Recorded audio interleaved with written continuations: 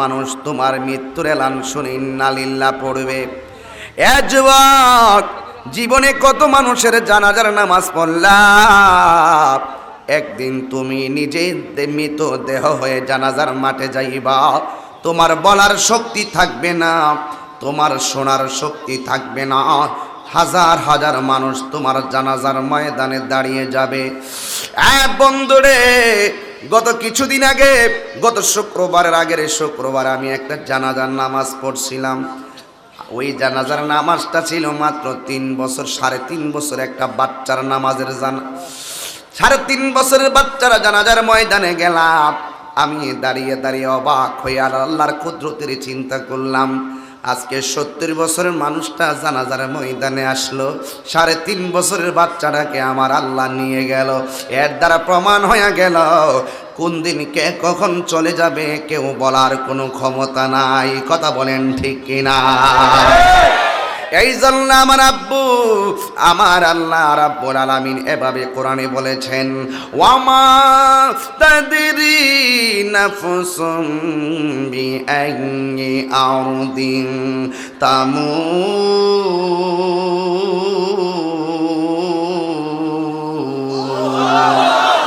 তোমরা তো জানো না কোন জায়গায় তোমাদের মরণ হবে। এই জন্য যেহেতু জানি না, মনে করো না মুরব্বী আমার বাবা মারা যায় নাই, আমার কি এখনো মরার সময় হয়েছে না রে? না, কে কোন দিন চলে যাবে কেউ বলতে পারে না। জবানটা খুলে বলুন হায়াতের মালিক কে? জবান খুলে বলেন হায়াতের মালিক কে? এই জন্য যেহেতু আমরা চলে যাব, আল্লাহ আমাদেরকে দুনিয়ায় পাঠাইছেন, 2টা রাস্তা দিয়েছেন। এই দিক দিয়ে চললে তুমি জান্নাতে যাইবা, এই দিক দিয়ে চললে তুমি জাহান্নামে যাইবা। আর 2টা রাস্তার ভিতরে কোন রাস্তাটা নিয়ামতের রাস্তা, কোন রাস্তাটা রহমতের রাস্তা, আবার এই দিক দিয়ে চললে কোন রাস্তাটা গজবের রাস্তা, কোন রাস্তাটা আল্লাহ পাক নারাজ হয়ে যাবে ওই রাস্তাটা। এই 2টা রাস্তা বোঝার জন্য আল্লাহ বিবেক নামক একটা আদালত দিয়েছেন। কথা বলেন ঠিক কিনা? আগুনে হাত দিলে হাত পুড়ে যাবে, পানির মধ্যে হাত দিলে হাত ভিজবে। এটা যেমন সত্য মানুষ বুঝে, ঠিক ন্যায়ের কাজ করলে আল্লাহ খুশি হবে, নেক কাজ করলে আল্লাহ খুশি হবে, বদ কাজ করলে আমার আল্লাহ নারাজ হবে। এই জন্যই তো আমার আল্লাহ কোরআনে এভাবে বলে দিয়েছেন, মা আতাকুমুর রাসূলু ফাখুযুহু ওয়া মা নাহাকুম আনহু ফান্তাহু। আল্লাহ রাব্বুল আলামিন কোরআনে বলেছেন, ওই রাস্তাটা গ্রহণ করো যেই রাস্তাটা কল্যাণকর, আর ওই রাস্তা থেকে দূরে থাকো যেই রাস্তাটা হলো অকল্যাণকর। এখন আপনারা জবান খুলে বলেন, আমরা সৎ কাজ করতে চাই কি চাই না? আল্লাহ রাব্বুল আলামিন কোরআনুল কারীমের মধ্যে বলেছেন, তোমরা মানুষকে সৎ কাজের আদেশ দাও, অসৎ কাজ থেকে মানুষকে বিরত রাখার নির্দেশ দাও, বিরত থাকার নির্দেশ দাও। এই জন্য যুবক, সৎ কাজের আদেশ, অসৎ কাজের নিষেধ করার জন্য আমার আল্লাহ হুকুম দিয়েছেন। এখন কোন জায়গায় যদি কোনো অসামাজিক কাজ হয়, কোন জায়গায় যদি কোনো ধরনের কোরআন সুন্নাহ বিরোধী কাজ হয়, কোন জায়গায় যদি শরীয়ত বিরোধী কোনো কাজ হয়, ওইলে এর বিরুদ্ধে রুখে দাঁড়াইবার হুকুম এই পৃথিবীর কেউ দেয় নাই। একজন অর্ডার করেছেন, জবান খুলে বলেন তিনি কে? এই জন্য আমার আব্বু, প্রকাশ্য গুনাহ করো আর গোপনে গুনাহ করো, এই পৃথিবীর কেউ যদিও না দেখে, একজন জানে, একজন সেই ব্যাপারে অবগত। জবানটা খুলে বলেন তিনি কে? আলিমুল গায়বি ওয়াশ শাহাদাতি হুয়ার রাহমানুর রহিম।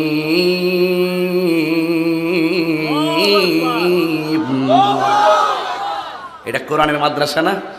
এই জন্য একটু তেলাওয়াত করতেছি, অসুবিধা হচ্ছে কারো? তাহলে আমি দেখি তো আপনাদের আল্লাহু আকবার ধ্বনিটা কত জোরে হবে ইনশাল্লাহ। তেলাওয়াত করলে দিতে পারবেন তো ইনশাল্লাহ?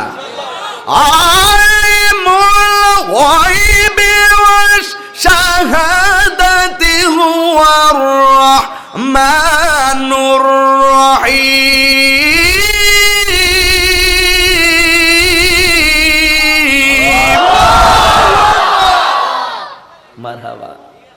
কোরআন পড়লে শান্তি লাগে। আপনাদের কাছে কেমন লাগে? শান্তি লাগে। তেলাওয়াত করলে মনে শান্তি লাগে। আজকে বহুত মানুষ আছে তাহিরি কি বলে না বলে ওইগুলোকে ফলো করে, কিন্তু আমি যে তেলাওয়াত করি, নবীর শান গাই, ওয়াজ যে করি, এইগুলো তাদের চোখে পড়ে না, ঠাডার করে, ঠাডা ফাড়ার করে।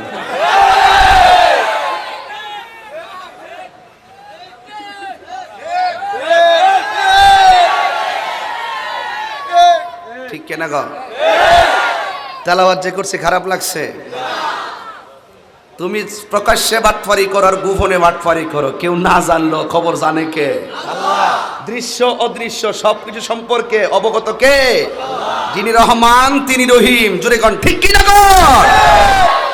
এই জন্য রহমানের কাছে ফিরে যেতে হবে। আল্লাহ রাব্বুল আলামিন কোরআনুল কারীমের মধ্যে এভাবেই বলে দিয়েছেন, কাইফা তাকফুরুনা বিল্লাহি ওয়া কুনতুম আমওয়াতান ফাআহইয়াকুম সুম্মা ইউমীতুকুম সুম্মা ইউহয়ীকুম সুম্মা ইলাইহি তুরজাউন।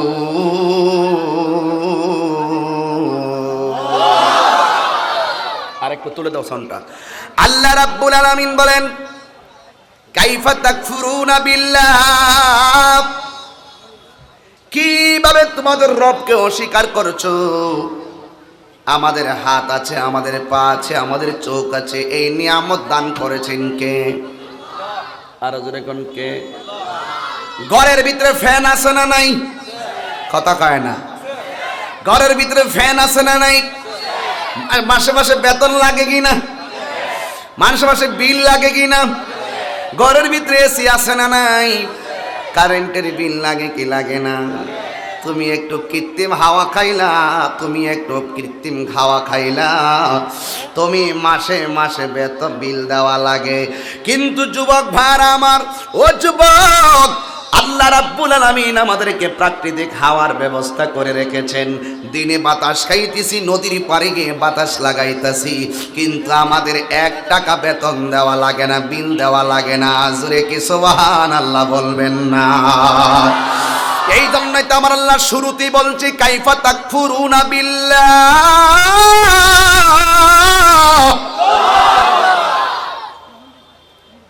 হাওয়া খাচ্ছি, দক্ষিণ হাওয়া।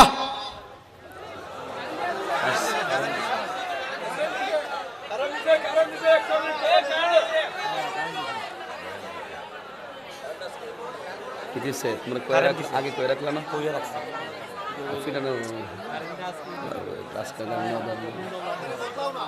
তাড়াতাড়ি বদলাও রে বা, পাল্টাইছো নি? আল্লাহ কবুল করুক, আমিন কর।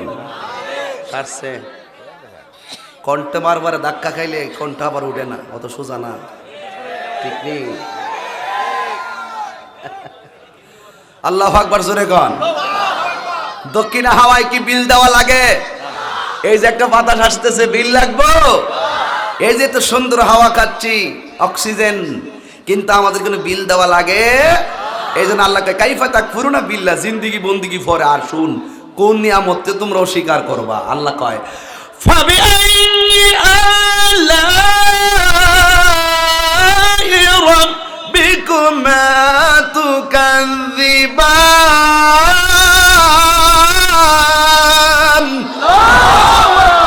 তোমার রবের কোন কোন নিয়ামতকে অস্বীকার করবে? আল্লাহু আকবার। এত সুন্দর কথা কোরআনে আল্লাহ পাক আমাদের কল্যাণের নেপথ্যে ঘোষণা করে দিয়েছেন। আল্লাহ রাব্বুল আলামিন বলেন, কাইফা তাকফুরুনা বিল্লাহ, কিভাবে তোমরা তোমাদের রবকে, তোমরা আল্লাহকে অস্বীকার করছো। ওয়া কুনতুম আমওয়াতান, তোমরা ছিলে নিষ্প্রাণ। ফাআহইয়াকুম, আমাদেরকে জীবন দিয়েছে কে?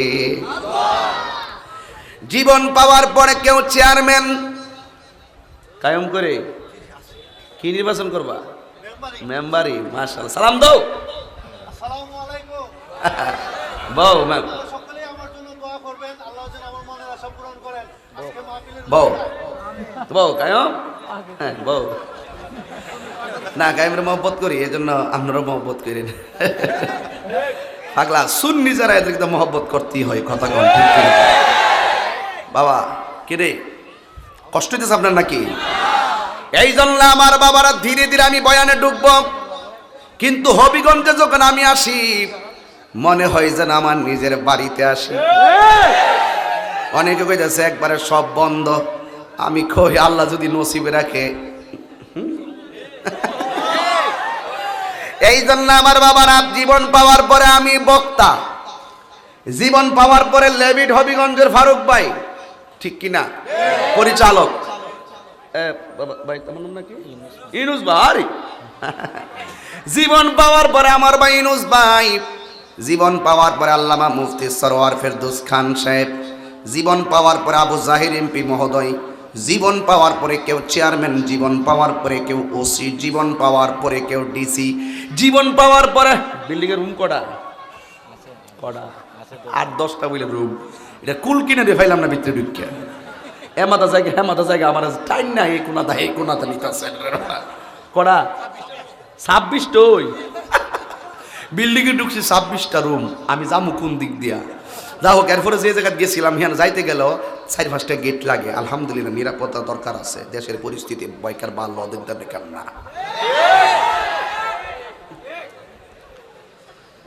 বাজান তাহিরি আবার কিছু কথা না কইলেও চলে না। তোমরা ঠিকঠাক কোন লাগতাম, তোমরা চিন্তা আমি আসছি, তোমরা আইসা ইত্যাদি আবার ভিডিও করে ছাড়বা, আমি বুঝি গেলাম। জীবন পাওয়ার পরে 26টা বিল্ডিং এর রুম, 10টা রুম, 12টা রুম, 3 তলা, 5 তলা, 10 তলা, কেউ টিনের ঘরে, কেউ মাটির ঘরে। কিন্তু আল্লাহ বলেন আমি তোরে জীবন দিছি, দেওয়ার পরে তুই এত কিছু হয়েছিস, এইগুলো কেউ দেয় নাই তোরে, আমি আল্লাহ দিয়েছি। আমি আল্লাহ যারে ইচ্ছা করি তার রাজত্ব দেই, যার কাছ থেকে ইচ্ছা তার থেকে আবার ছিনাইয়া নেই, যারে ইচ্ছা করি আমি ক্ষমতা বসাই, আবার যারে ইচ্ছা তারে অপদস্থ করে, ঠিক কি না? আল্লাহ কয় আমি তোরে জীবন দেওয়ার পরে তুই এত কিছু হয়েছিস। কেউ বিল্ডিং এর মালিক, কেউ 10 তলা বিল্ডিং এর মালিক, কেউ আবার 10 গুণ সম্পত্তির মালিক। আমার আল্লাহ বলেন সব মালিকেরা আমি স্তব্ধ করে দেব, সুম্মা ইউমিতুকুম, মরণ নামক খাবার মাধ্যমে। আমি তাহিরি যদি এই জায়গায় মারা যাই, সর্বপ্রথম আমার ফারুক ভাই ফোন দিব হসপিটালে, অ্যাম্বুলেন্সটা কই, আমার গাড়ি জায়গায় পড়ে থাকবে, লম্বা কইরা শোয়াইতে গেলে গাড়িটা চলবে না, এই গাড়ি চলবে না, ফোন দিয়ে বলবে অ্যাম্বুলেন্সটা নিয়ে আসো, লাশবাহী গাড়িটা নিয়ে আসো। আমাকে এখান থেকে যখন আমি পরে যাব, মুফতি সরওয়ার ফেরদৌস খান ভাই এবং ইনুস ভাই এবং ফারুক ভাই সহকারে আমার ধরবে, আরেকজনরে বলবে এই তোরা লাশের পায়ে ধর, ওই সময় বলবে না তাহির সাহেবের পায়ে ধর, ওই সময় বলবে না তাহির সাহেবের মাথায় ধর। যতদিন আমি জীবিত ছিলাম আসার সময় বলবে তাহির সাহেবের আগমন, যেই মাত্র মারা যাব আমার স্টেজে বলবে লাশ, গাড়ি তোলার সময় বলবে লাশ, নামানোর সময় বলবে লাশ, গোসল দেওয়ার সময় বলবে লাশের গোসলের পানি, আবার খাটে শোয়াবার সময় লাশের খাট, কাফনের কাপড় আন্না পরাইয়া দিব। আবার ইমাম সাহেব মসজিদের মধ্যে, এই মাদ্রাসার হুজুর কেডা? হাফেজ ভাই নাম কি? হাফেজ জাবের ভাই না? জাবের, হাফেজ জাবের ভাই 15 বছর ধরে আছেন। আপনি তো সবচেয়ে বড় ধন্যবাদ পাওয়ার উপযুক্ত, কারণ আপনি এই পাখিগুলার আপনি যত্ন করে প্রস্ফুটিত করেছেন। কথা বলেন ঠিক না বেঠিক? এই জন্য ফুলের বাগান সুগ্রাণ নিচ্ছে মানুষ, কি আপনার দেখে কি ভালো লাগে নাই? নিয়ত করেন মিয়া, যে ফুতাত বানাইতাম পারছি না, এখন নাতির আর বানামো হাফেজ, ওই নিয়ত করে মাদ্রাসায় ভর্তি করাই দেন, একটা হাফেজ বানাইয়া দেন। হাসরের মাঠে হাফেজ গুলো ভিআইপি রাস্তায় যাবে, সবাই জিজ্ঞেস করবে আল্লাহ এরা কারা? এরা হইল কোরআনের হাফেজ। জোরে কোন সুবহানাল্লাহ গো। এই জন্য আমার বাবারা এই মাইক দিয়ে এলান হবে, এসেছে তাহির সাহেব এসেছে, এই কথা বলবে না, ঘরেও বলবে আমার লাশ, বাহিরেও বলবে আমার লাশ, কবরে নামানোর সময় বলবে লাশটারে নামাও। ও বন্ধুরে আবার বলবে লাশের মাটি, প্রথম কোদালের মাটি কোথায়? ও যুবকের দল বোঝো না, সব জায়গায় আমারে বলবে লাশ আর লাশ। যতদিন আমার ভিতরে জীবিত থাকবো আমাকে বলবে এমপি সাহেব, মন্ত্রী সাহেব, পীর সাহেব, হাফেজ সাহেব, সব বলবে।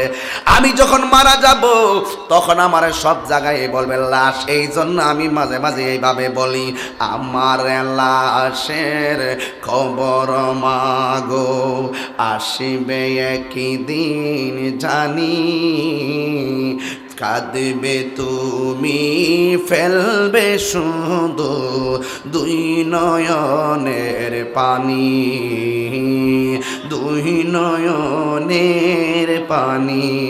জোরে কোন ঠিক কিনা? এ বন্ধু বুঝাইতে চাইলাম কি, বুঝলেন কি জানি না, কথা শুধু একটাই। আল্লাহ কয় সুম্মা ইউমিতুকুম, আমি আল্লাহ তোরে মরণ নামক থাবার মাধ্যমে সব স্তব্ধ করে দিব। এবার আমার আল্লাহ রাব্বুল আলামিন আবার আরেকটা শব্দ লাগাইয়া আমাদেরকে আবার অ্যালার্ট করে দিলেন, কয়ে মরে গেলি এখানে শেষ নয়, সুম্মা ইউহয়িকুম, অতবার আমি তোদেরকে আবার জীবন দিব।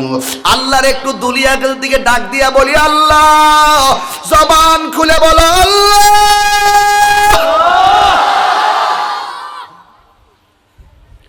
তুমি আমরারে প্রথম জীবন দিলা কেন? মাঝখান দিয়া মরণটা দিলা কেন?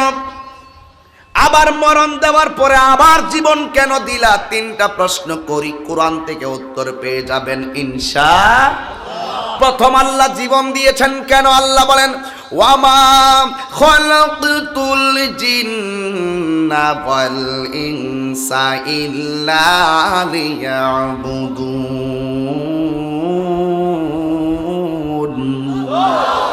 আল্লাহ রাব্বুল আলামিন বলেন আমি মানুষ এবং জিনকে সৃষ্টি করেছি একমাত্র আমি আল্লাহর গোলামি করার জন্য। ও আল্লাহ, মাঝখান দিয়া কেন তুমি আমাদেরকে মরণ দিলা? কয়ে মরণ দিয়েছি আমি আল্লাহর ক্ষমতা বোঝানোর জন্য। আল্লাহ বলেন ইন্না বাতশা রাব্বিকা লাশাদীদ ইন্নাহু হুয়া ইউবদিউ ওয়া ইউঈদ ওয়া হুয়াল গফুরুল ওয়াদুদ যুল আরশিল মাজিদ ফাআলুল লিমা ইউরিদ। আল্লাহর ধরা কি নরম না শক্ত? কথা কয় না। আল্লাহর ধরা কি নরম না শক্ত? আল্লাহ রাব্বুল আলামিন বলেন নিশ্চয়ই আমি আল্লাহর ধরা অনেক শক্ত। আমি শুরুর ইন্নাহু হুয়া ইউবদি ওয়া ইউঈদ, নিশ্চয়ই তিনি হলো সেই মহান সত্তা যিনি শুরুর মালিক এবং শেষের মালিক। ঠিক কি না গণ? যিনি তোমার জীবনের শুরুর মালিক এবং শেষের মালিক। এর যুবক আল্লাহ বলেন আমি আল্লাহ রাব্বুল আলামিন মরণ দেওয়ার পরে আবার যে জীবনটা দিমু কেন জানোনি? ফামাইয়ামাল মিসকালা যাররাতিন খাইরান ইয়ারা ওয়া মাইয়ামাল মিসকালা যাররাতিন শাররান ইয়ারা। যাররা যাররা পরিমাণ, ওই যে রাস্তা কয়টা, ওই যে বুইলা গেছে গা, এই ছেলেরা একটু তাকাও না এদিকে। রাস্তা কয়টা? একটা হলো ভালো আর একটা কথা কোন, একটা ভালো আর একটা। আল্লাহ কয় ভালো রাস্তায় চললে খাইরাইয়ারা, ভালোগুলো সে দেখতে পারবে, যাররা যাররা পরিমাণ আমি আল্লাহ তারে দান করব, প্রতিদান দিব। আর মন্দ যারা করবে আমি আল্লাহ যাররা যাররা পরিমাণ প্রতিফল দিব। একটা হলো প্রতিদান আর একটা হলো প্রতিফল। এই জন্য যুবক সব কিছু মিলিয়ে কথা শুধু একটাই, ভালো পথে চললে ভালোটাই পাবো, মন্দ পথে চললে মন্দটাই পাবো। তবে একটা কথা, মানজাত দাওয়া জাদা, যে চেষ্টা করে সে পাই, মান হাফারা হুফিরা পরের লাগা কবর করবেন, নিজে কবর পয়রা মরবে। এই জন্য নো দাই সেলফ, নো দাই সেলফ। আগে নিজেরে চিনেন, নিজেরে চিনলেই বাস মালিকরে চিনবো। কেন? আমার হিসাব আমার, আমার কবর আমার, আমার নামাজ আমার, আমার রোজা আমার, আমার জিহাদ আমার, আমার হজ আমার, আমার যাকাত আমার, আমার ভালো আমার, আমার নেক আমার, আমার যা আছে আমি তাই নিয়ে সন্তুষ্ট। বিচারের মালিককে তো সুতরাং আমার যা আছে আমি তা নিয়েই তো মনিবের সামনে উঠবো। কথা কোন ঠিক না বেটি? তো এখন আপনার কি আছে? এখন যদি আমি একটা প্রশ্ন করি, তোমার নাম কি? দাঁড়া উঠ। তানবীর নি? তানবীর, সংক্ষিপ্ত নাম বলো। এত নাম ইনুস। আরে বাবা গর্তে চিন্নাইছি তো। বলো বাবা, গত শুক্রবারের আগের শুক্রবারে কি দিয়া ভাত খাইছিলা? আর কি খাইছিলা? দই। আচ্ছা, গত 3 দিন আগে দুপুরবেলা কি দিয়ে ভাত খাইছিলা? আচ্ছা আচ্ছা, তুমি কি হবিগঞ্জ সদর গেছো? আজকে গেছিলা? কোন দিন গেছিলা? কদিন হইব? এক সপ্তাহ হইব। যাই কার কার লোকের দেখা হয়েছে মনে আসেনি?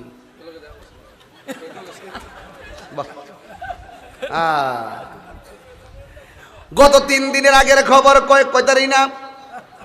যদি বলি গত 1 মাস আগে কি দিয়া বাদ কাইছলা কয় তারিখ না? গত 1 বছর আগে কার কার লগে 1 বছরের ভিতরে কার কার লগে দেখা হয়েছে হিসাব দাও, কইতাম পারি না। বুঝলে গেছ?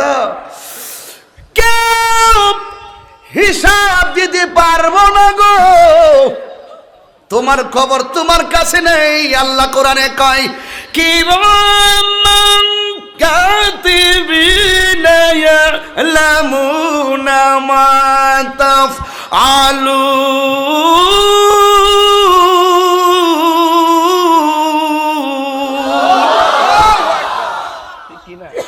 তুমি সকালে কি দেখাইছো, বিকালে কি দেখাইছো, 3 দিন পরে কি দিয়া খাইবা হায়াতে বাঁচলে, এবং 1 বছর পরে হায়াতে বাঁচলে কি দিয়া খাইবা। তোমার জীবনে কার সঙ্গে দেখা হবে, কয়টা হাসা কথা কইবা, কয়টা মিছা কথা কইবা, কোন জায়গায় কিতা করবা না করবা, কোনটা প্রকাশ্যে করবা, কোনটা গোপনে করবা, কেউ জানে না। একজন জানেন, জবান খুলে বলুন তিনি কে? বাজবার ফত আছে? বাজবার ফত আছে? এই জন্য আল্লাহ কয় সুম্মা ইউঈকুম, আমি আল্লাহ পরের জীবনটা দিমু। দুনিয়াতে চইলা 20 বছরের জিন্দেগি, 30 বছরের জিন্দেগিতে তুমি কি করছো সব হিসাব আমি আল্লাহ পাই টু পাই জাররা, কি জাররা, সুইয়ের মাথারে 70 ভাগ করলে 69 ভাগ বাদ দিলে একটা ভাগের নাম হলো জাররা। কয় জাররা জাররা পরিমাণ হিসাব হাসরের ময়দানে তোমার আল্লাহ দিয়ে দিবে। এখন প্রশ্ন হলো, এই দুনিয়ার ভিতরে একদিকটা ব্যারিকেড দিলে আরেক দিকটা যায়, আরেক দিকে ব্যারিকেড দিলে আরেক দিকে যায়। এখন তোমার যে আল্লাহ বানাইছে, তুমি কোনো জায়গা পালায়া থাকতে পারবে না। যিনি বানাইছে তার দিকে তোমাকে ফিরে যেতে হবে। আল্লাহ বলেন সুম্মা ইলাইহি তুরজাউন,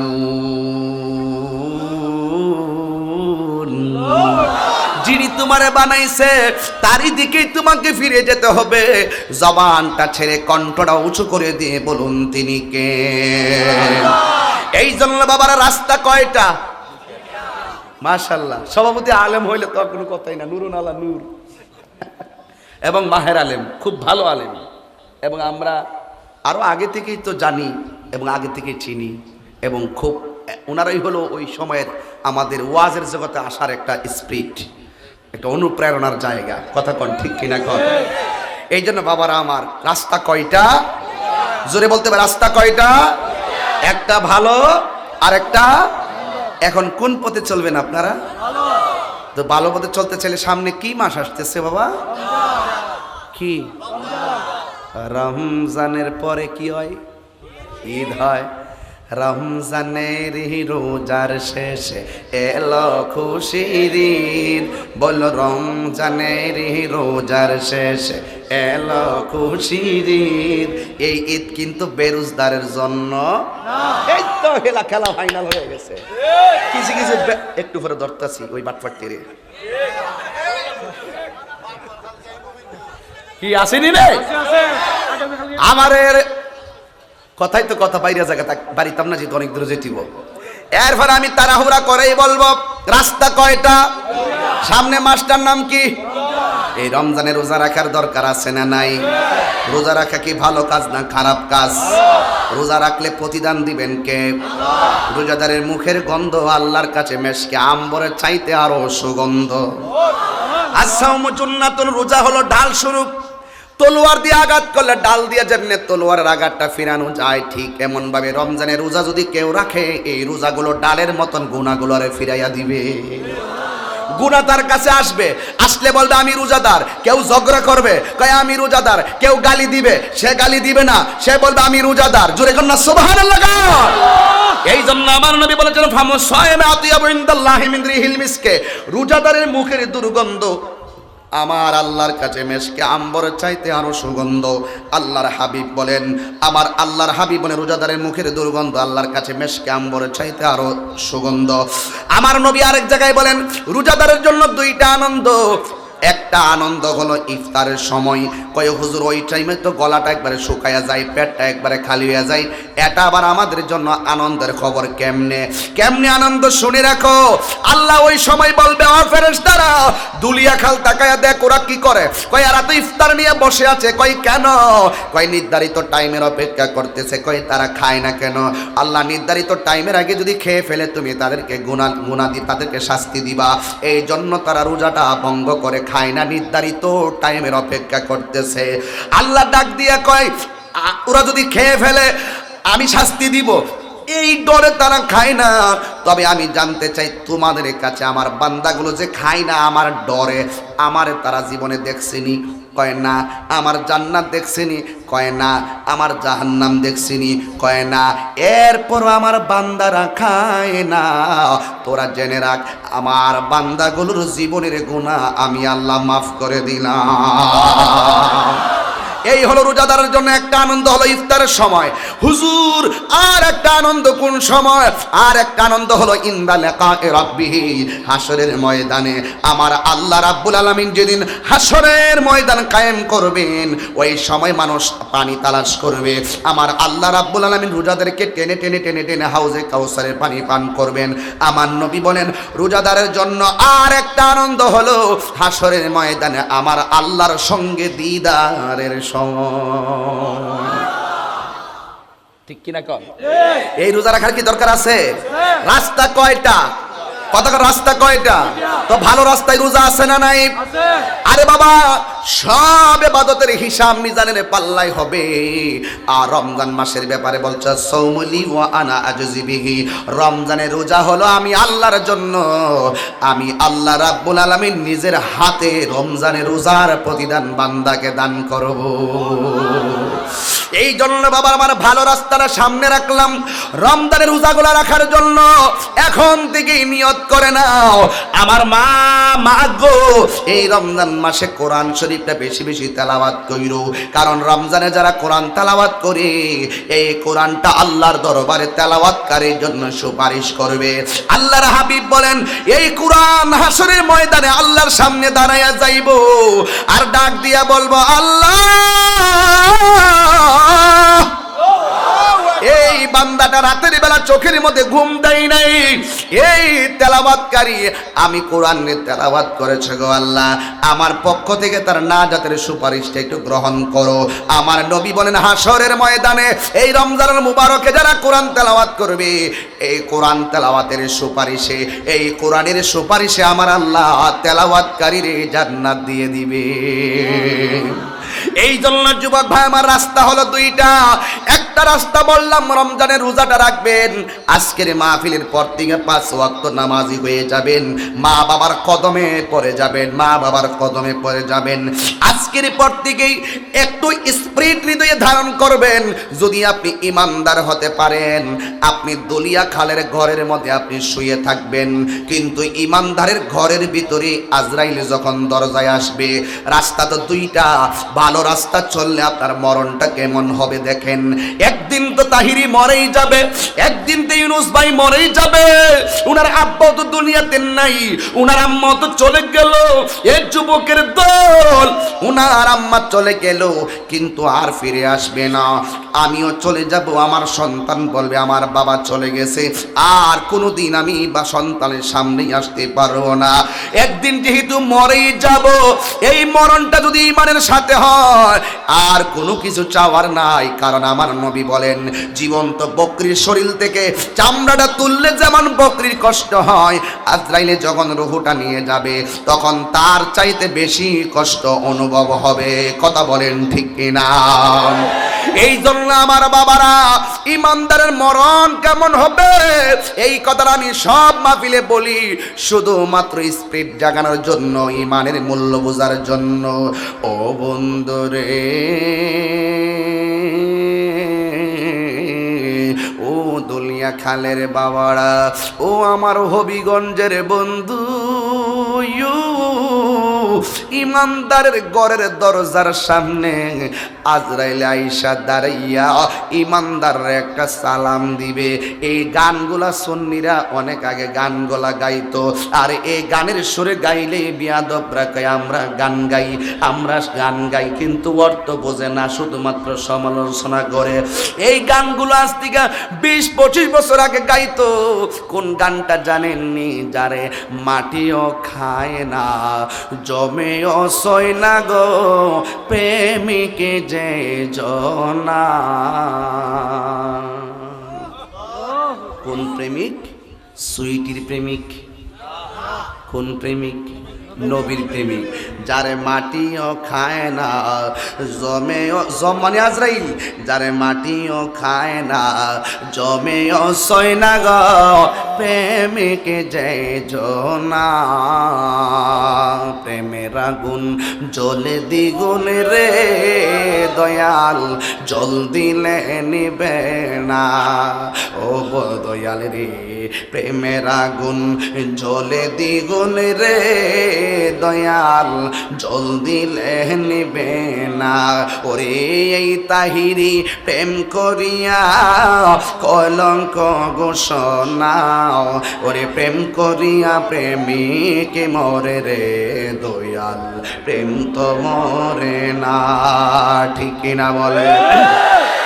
প্রেম হাসায় প্রেম কাদায় রে দয়াল, এই কি প্রেমের পাওনা দয়াল রে। প্রেম হাসায় প্রেম কাদায় গো দয়াল, এই কি প্রেমের পাওনা।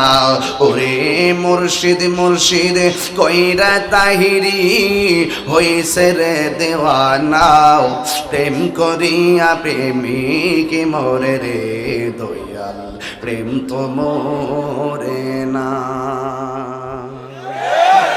জোরে বলেন ঠিক কিনা?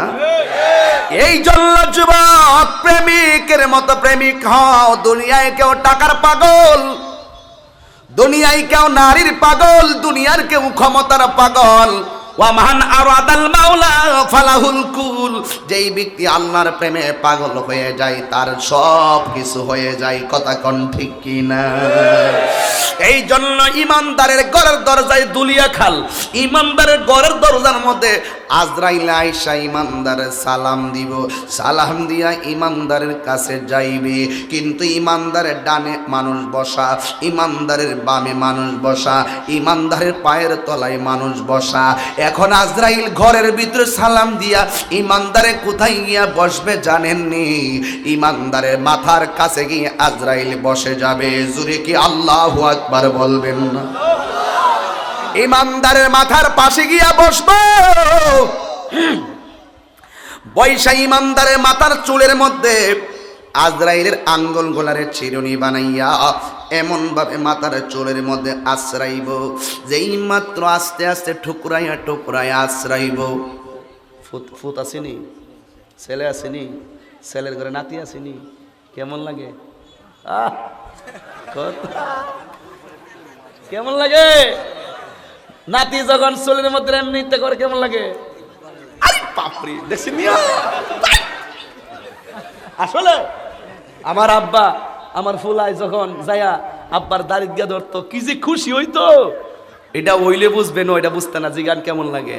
বাজারে যাইবার সময় আওয়ার সময় মনে মনে কিতা লইয়া যাবো নাতির লাগে, হুট কইরা চিপস মিপস নানি। এটা যে কত মজা। এটা কিসের টান? রক্তের টান। কথা গান,